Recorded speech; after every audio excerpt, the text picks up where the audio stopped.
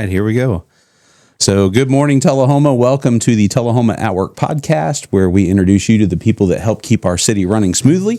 My name is Lyle Russell. I am the Community Engagement Officer, and it is my pleasure today to welcome our guest on the show, our Tullahoma Fire Chief, Mr. Kenneth Pearson.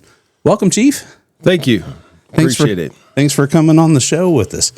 We got some fun questions for you. We ask really difficult ones, and we're going to hit you with a hard one right out of the gate.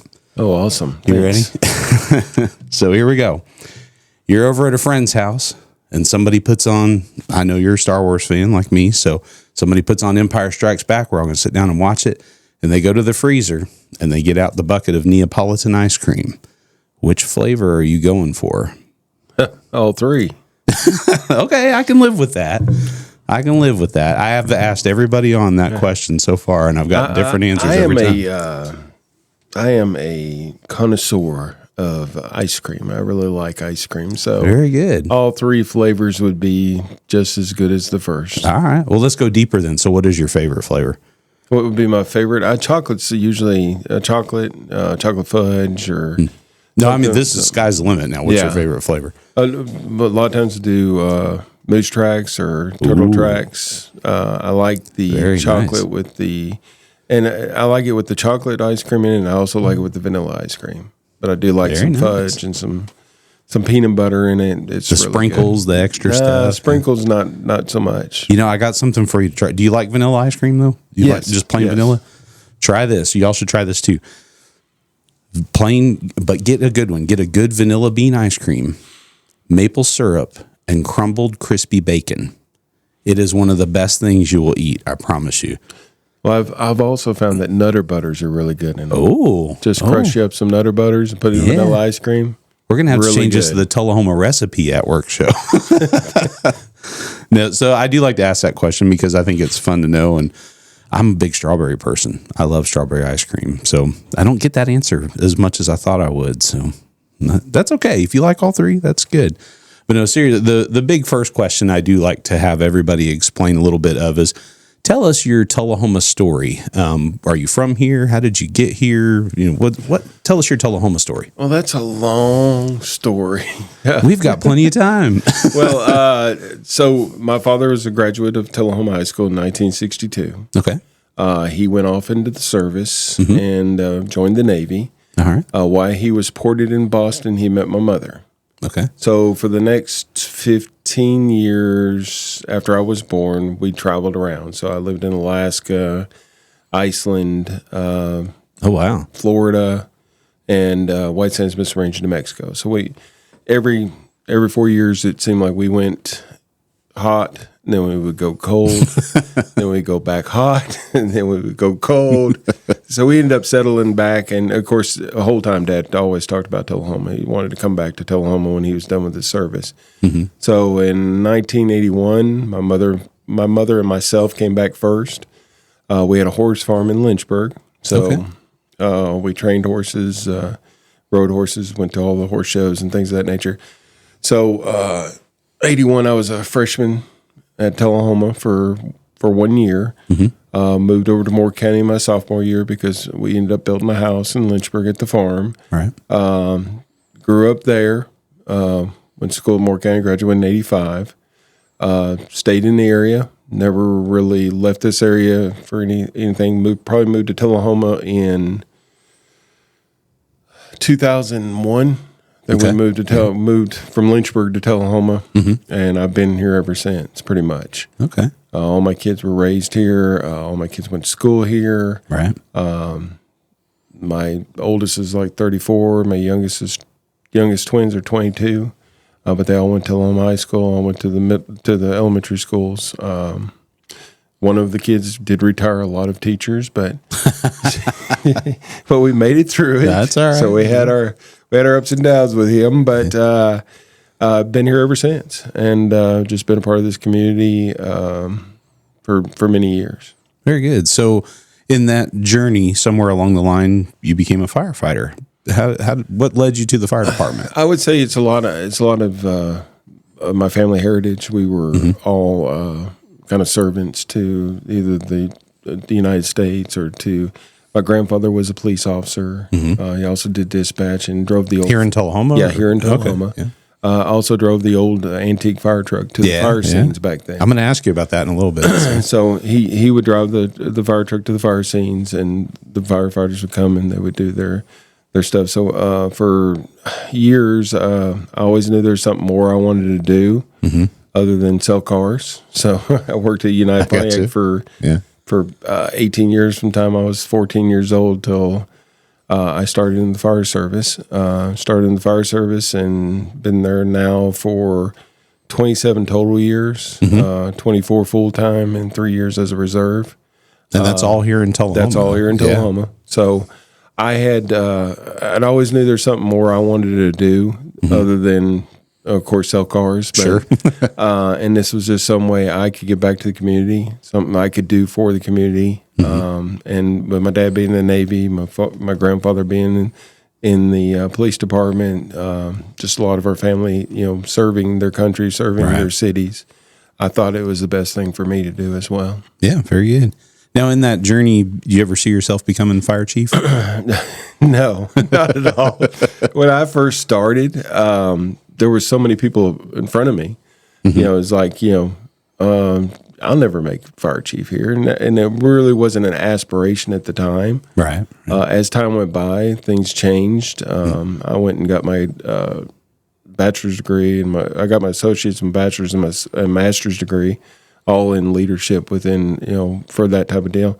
But the whole time, the odds of me becoming chief over my career were kind of low at the beginning, but as time went by and attrition happens, and I got closer and closer to that, and then I started aspiring to do that, and end up being fire chief. So very good, worked out good.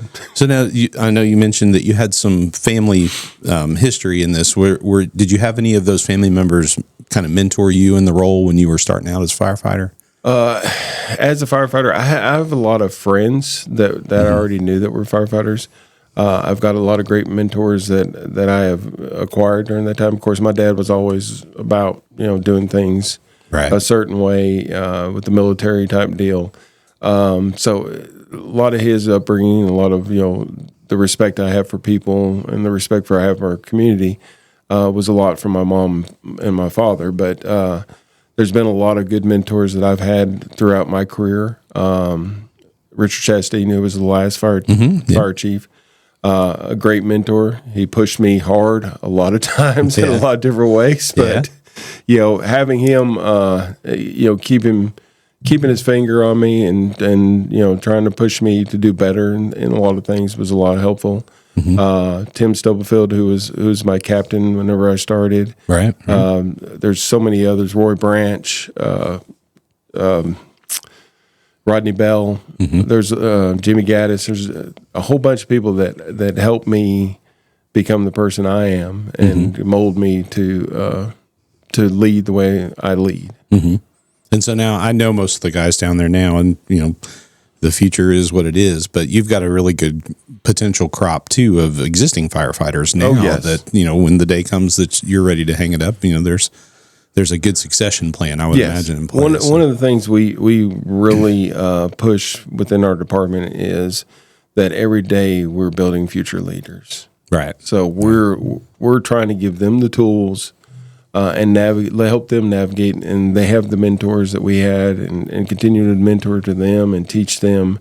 And when we leave, we won't feel bad that we're leaving the place, because we know that next generation is going to step right in. Right. And because if I'm out of town right now, I don't worry about the town because I know I have people that are in place that will take care of our community. That's a good thing to have. I think in general, all businesses could probably take a lesson from that, with that succession plan, plan for that longevity, the continuity that, if one person that's a key role steps out or has to leave or whatever the case is, knowing, like you just said, knowing that you can walk away and still have capable hands behind you, that's got to be a pretty good feeling. And we do have a younger group right now. Yes. Yeah. We've had some retirements over the years, and the group is kind of mid-range right now as far as age. we were a lot heavier in the older generation, Right. but we've moved down a little bit. And we do have I think 3 more that they're going to retire this coming year. So we're looking at another 100 plus years of service to the community that we're going to lose, and that's tough to I can imagine. bring somebody in and know that. So that's the reason we start from day one. Yeah. We start getting them ready for that opportunity.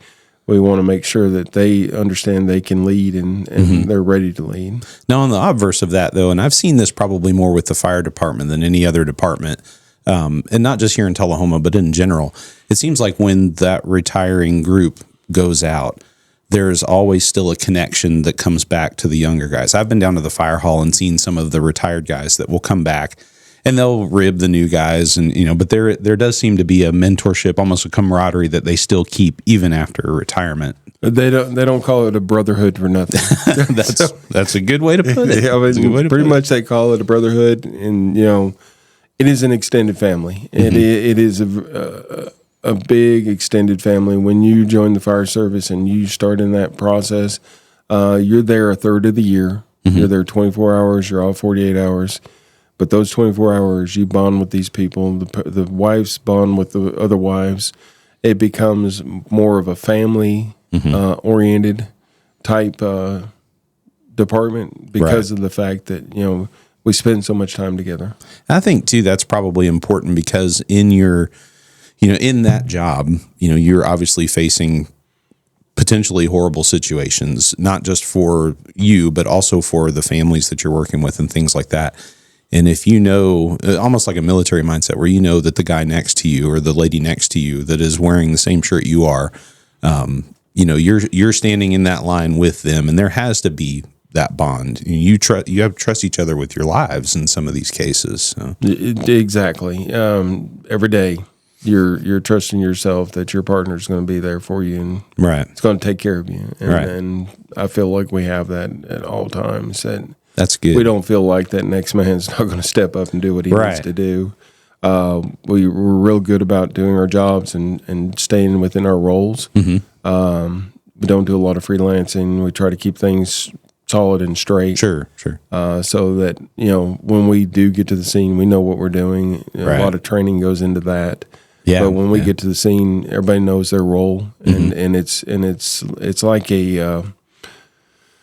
an event. And you see all the puzzle pieces falling into place as they move and fluently move and do their job the way they need to do it. I can attest to that too, having personally, been on that side watching your crews. For example, when my gas meter was hitting my front yard, and it was 2 a.m, and I knew all the guys that were there, and even though we have that work relationship when we're here.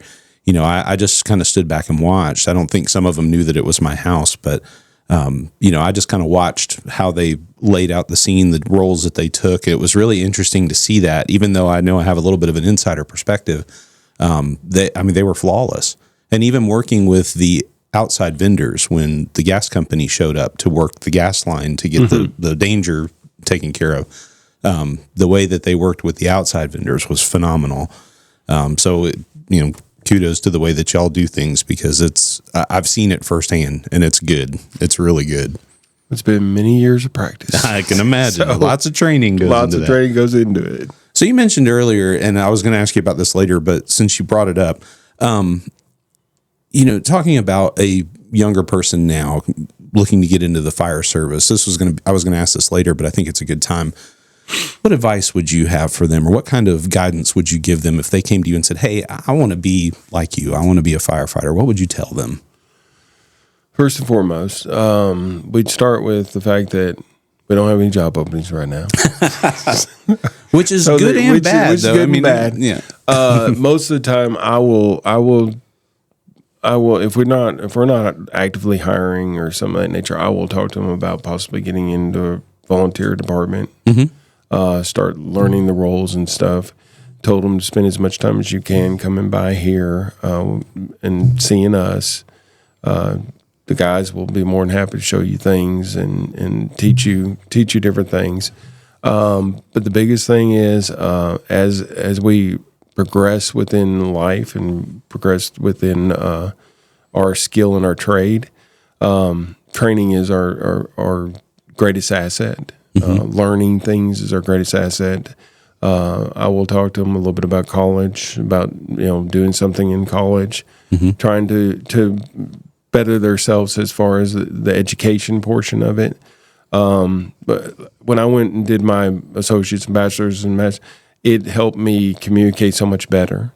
Just by doing those things. I wrote a lot of papers, but I remember some of those. I remember so I sit there and I think, and I said I can articulate more now. I can write memos and letters, things that some of the things you don't think about when you're doing college. It just helps you process information and helps you to better ascertain decisions that you need to make.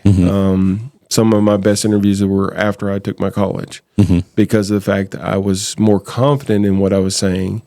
And so I always talk about college a little bit. It's not a necessary. College is not necessary to be a firefighter. But I do talk about it because I do want to let them know that how much it will help you in a lot of different ways, not just for the firefighting position, right? But most of the times, if you're young and you're trying to get into the fire service, go into a volunteer department, start volunteering your time, start learning, start getting that process done, get some of that small training that needs to be done beforehand is always an asset to you. We do a lot of emergency medical services as well. So if they're interested in doing something of that nature as well, getting their EMT license, working on that process, which is also college. So when you do your EMT license, it actually counts towards your credits for college. So you can use it as some of your credits if you're going to go to college. But I'll talk about those processes and things of that nature. And then when it comes time that we're hiring, they'll have a leg up on the competition per se, just because they have kind of an insight. They've got some things that they know, how things work. So when they get there, they know what we're going to expect. So it helps them in that process. That's very similar. Deputy Chief Kennedy at the police department said the same thing when he taught criminal justice at the high school. He said those officers that were coming in at that young age, had they taken that class, they would come in with a very good skill set right out of the gate. And on the fire side, I would assume it's the same. It's the same thing. Right? Yes. Just honing those skills and learning those small intricacies of what's going to happen and how things are going to work. Our process of hiring is a threefold type hiring process. We do an agility test to start with. If you get through that agility test, then you go to a written test, which is not completely just about fire. It's about thinking skills and being able to understand. If you read something, being able to understand it, which helps us in our process of understanding if they're going to be able to pass some of the tests we're gonna have to send them to. And then our last process, of course, is an oral interview. So all those things take a skill set for you to be able to do. So anything that you can do to better prepare yourself for those type of things is quality work for you. Right. Now, you mentioned this is kind of it's on topic but off topic a little bit. When you mentioned about the volunteer fire departments, not to put you on the spot, but I've seen a lot in the news about how volunteer fire departments are struggling right now, especially with funding. And I think that's true across pretty much any city or county department. Funding is always a big thing. What's one of the big challenges you see in that volunteer fire service, or have you seen? Some of the bigger challenges, not only just funding, is just personnel, people, having people that want to serve their community. Right. We have come at a loss in the police side, the EMS side, and the fire side. All three of them have seen a decline in applicants, a decline in people that want to serve their communities, that want to serve in that way. Right. So I think we have a people issue, number one, or personnel issue. Number two, funding is always hard to get. Especially the volunteers, the ones that are most successful are the ones that are doing a lot of their own funding resources. They're going out and they're doing cookouts. They're doing different things just to get their funding. They're putting in for all the grants that they possibly can, and hopefully getting some of those grants. Grants are very hard to get, so when you do succeed in getting one, it's a kudos to the department, and it's kudos to the people that helped write it. It's there's a lot going on with the volunteer fires, and it's also with full time. I was going to ask if that translates to the full time side. Even with ours, we have seen a decline in applications that come in. This last time that we did applications was one of our largest application amount, but then when you go through the process of inviting them to come to the process, you end up a lot of them saying, no, I don't want to go. So it's kind of deceiving once you see the big number come in, then you only have 14 show up out of 50. So it makes it a little tough. And it's there is a lack of skilled people that want to do this job anymore. So just trying to get that, and the criminal justice was a great way to get into the school systems. I've talked to the school system about possibly doing a fire science class. Oh, wow. Okay. Hopefully, I've talked to them a few times about it. Need to probably ask them again. But we are, I'd love to have a fire science class, maybe do a criminal justice one semester and the fire science the second semester. Very good. Try to get them, get the younger generation interested in doing something that would serve their community and be able to help in a good way with their community. Yeah, that'd be amazing if that could happen. That'd be an awesome thing to have. So. Yeah. So let me go back to a fun part you said earlier, and correct me if I didn't hear this right. So you said it was your grandfather who was a firefighter here? Is that correct? And he drove... Not a firefighter. Sorry. He was a police officer. Dispatcher for... But you said something about him. Was it him that was driving the antique truck? He would drive the antique truck to the fire scene when he was dispatcher. Well, tell us about that antique truck. I know that's a source of pride for the department. Oh, yes, it is. We have the museum at Station 1, which this antique fire truck resides in. We redid it in the late 80s, early 90s. We stripped it all the way down to bare metal, had it all completely redone. A lot of the firefighters within the department at that time actually made all the wood steps on the side. Oh, yeah, and the railings in the back. And the railings and everything, they handmade those for the truck. All the ladders were redone, so they were all sanded down completely and re-shellacked and then epoxied so that they wouldn't wear. Yeah. So it's been a very big source of pride to the department. We can actually even pump water with the truck still. Oh, wow. So, I mean, if we wanted to hook it up to a hydrant, we could hook up a hydrant and flow water. So it's, it's completely workable. We use it in a lot of events, the parades. So you mentioned you use them for the funerals and yes, for more funerals and memorial services. If we do, of course, Christmas parade, it's always in the Christmas parade, and it's just a source of pride to the department that we can have that vehicle on display and it be one of our first vehicles. I think it's neat too because that vehicle wasn't just one that y'all found and restored. That was actually a Tullahoma fire truck back when it was in service. That's pretty neat. Having ridden in that, now parents, you may want to turn this off for a second. I'm not saying that I'm Santa Claus, but we haven't been seen in the same room. But having ridden in the back of that vehicle for a few events, I know when you pull up to a crowd of kids, yes, Santa may be in the back, but that fire truck is pretty dang cool. It is pretty cool. It is pretty cool. Even the new trucks are pretty cool. Well, the new trucks are cool too. Yeah. Pretty cool. So, I mean, everybody so can we ride in the fire truck? Most of the time, you hear, "Can we ride in the fire truck?" Oh yeah. So it's kind of a unique position when you run down the street with your sirens rolling, trying to get somebody to save them or do something for the community. It's just a whole different feeling for us. I can't imagine. But so on that same vein, firefighting has got to be a heavy job at certain parts, and so you have to recreate too. What do you do to come down off of that? What do you do in your downtime to not be a firefighter? Sorry about that. To not be a firefighter. I don't knock my mic around. Yeah, don't throw your microphones around. These are expensive and you don't want to break them.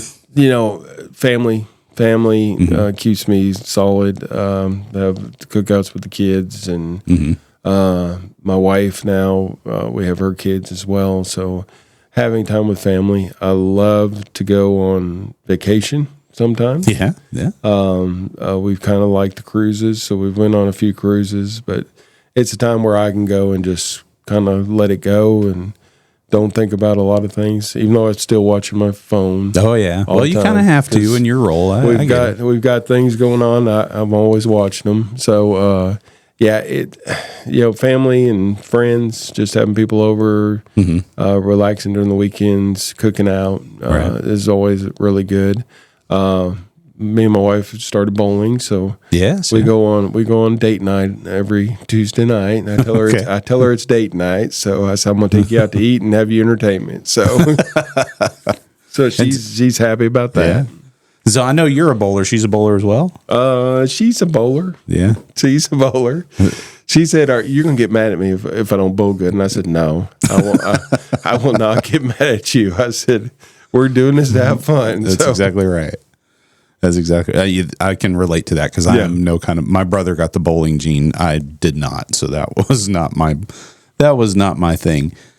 So in getting into the firefighter role, I'm sure you've seen a lot of unique situations and things like that, and some of them you probably can't talk about. But can you recall any really funny or unusual? I'm sure there's been several. Any unusual calls that you've had or interesting things you've had to run? That you can talk about. Don't get us in trouble. We did have a kid come to the fire department one time, and he had locked himself in a bike lock. Talking about one of the round, horseshoe ones? One of the horseshoe ones. It was around his neck, couldn't get it off. So we had to cut it off. So the little things like that. And then the kid come over to my house like a few years later. He was just a little kid at that time. A few years later, he came over to my sons. He said, "Oh, this is so and so." I said, "That guy looks familiar." And did you ever put a bike lock around your neck? I asked him. I said, "Did you put a bike?" He said, "Yeah, that was me." So, those type of things where you have that, they are funny. But we've had right now. I just can't think of anything else. But that one just kind of hit me because I got to see him afterwards and before. So. There are a lot of funny things that happen, and but yeah, that's interesting. And those kind of keep it a little bit light because again, that's got to be a heavy position in some cases. So, at times it can be very heavy. Yeah. So let me look at another. There was another question on here I wanted to ask you about. Oh, that was what it was. You guys don't just fight fires. There are several events that the fire department participates in and puts on throughout the year that help the community in different aspects. You tell us anything about any of those events that the fire department does outside of fighting fires? I think like the toy drive. Well, we've got quite a few different events that we handle. We do have a honor guard that is available to other departments or other events that are going on. We've been to the Predators game. That's right. And presented the colors there. We've been to many funerals with our honor guard. We've been to many memorial services. So it's a great honor and pride for us to send our honor guard out somewhere. Right. And to be the professional people that they are and do the job that they do. With that said, also we do the toy drive every year. So every year we're buying toys for approximately 300 children about every year that we work on that. Great community support with that. If we didn't have the community, we couldn't provide the service that we provide. Sure. Right. So that's a great event that we have. Every year we have a stair climb. Yes. For 9/11. Right. So every year we do the 9/11 stair climb. Not every year. We just started about 5 years ago. Yes. We were going to Nashville and doing it.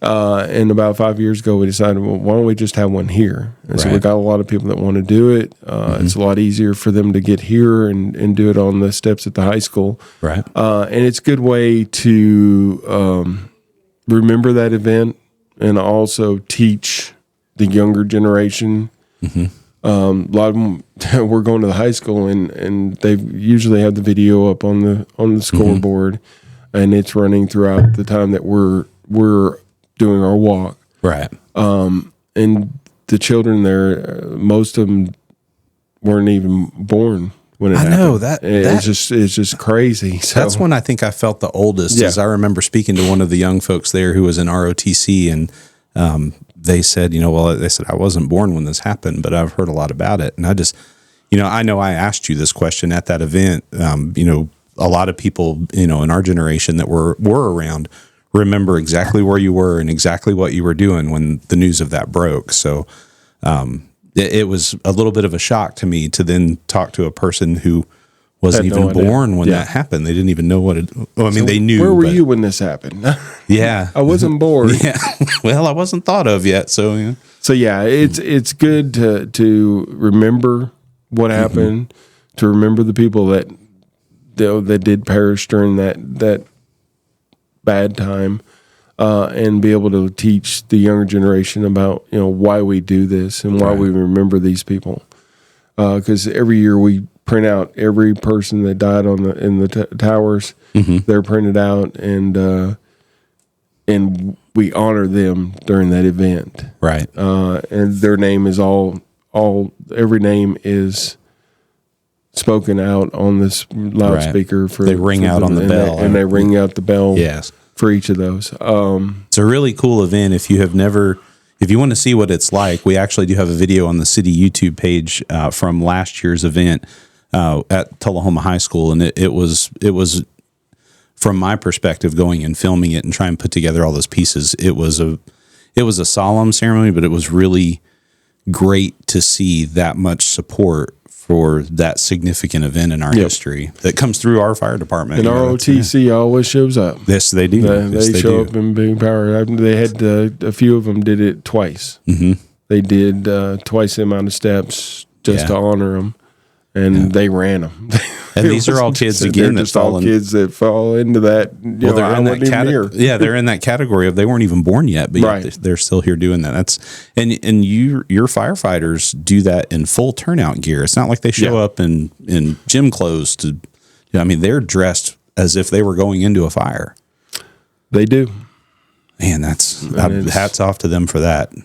I'm sweating just sitting here in a shirt. I can't imagine climbing stairs in full turnout gear. They're really sweaty when they're done.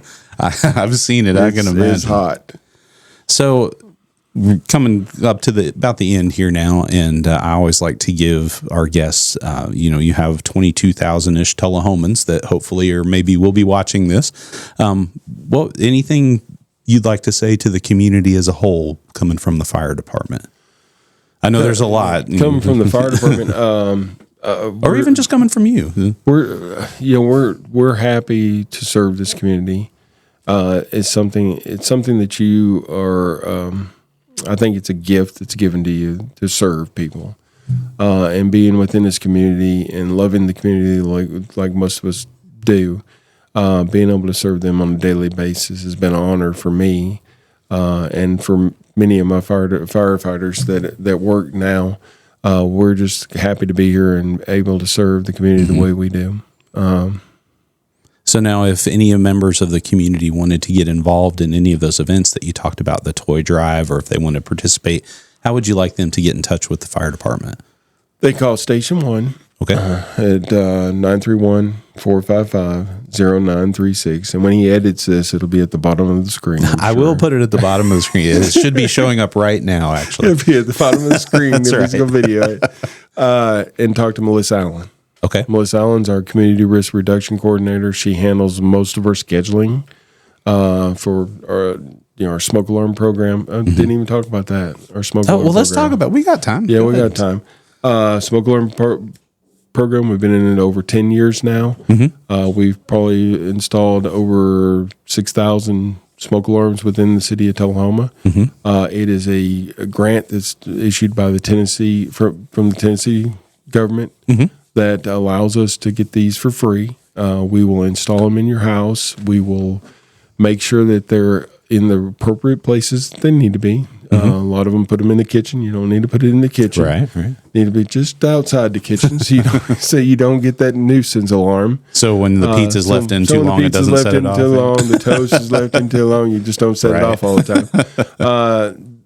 They're 10-year lifespan. They have a 10-year battery in them. They're lithium ion. They're sealed, so you can't take the battery out and put it in your remote control car. Right. So we've limited that. We've already been for the last few years installing new smoke alarms into people that got them the first time. So it's been a very good experience for us. And if you're needing smoke alarms, just call the same number that was on that bottom of the screen. Right.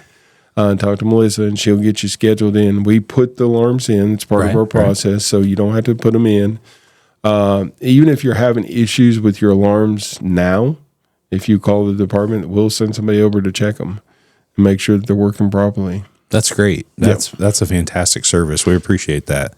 That's really good. So, all right. Well, Chief Pearson, it has been a pleasure having you on the show. Thank you for being here. Lyle, as always, it's a pleasure. It's always good to see a fellow Star Wars fan. I had to talk myself into this. And see, it wasn't that bad. It was fairly painless, right? No, it was great. So we will go ahead and sign it off with that, and we will continue with the Bob Barker tradition that if you have pets out there, please help control the unwanted pet population by spaying and neutering your pet. Being an 80s kid, I saw that every day that I was home from school, and I will never forget it. So please take care of that. And once again, Tullahoma, thank you for being here with us on the Tullahoma At Work podcast. Thank you, Chief Pearson. Thank you. Y'all have a great day. Thank you very much.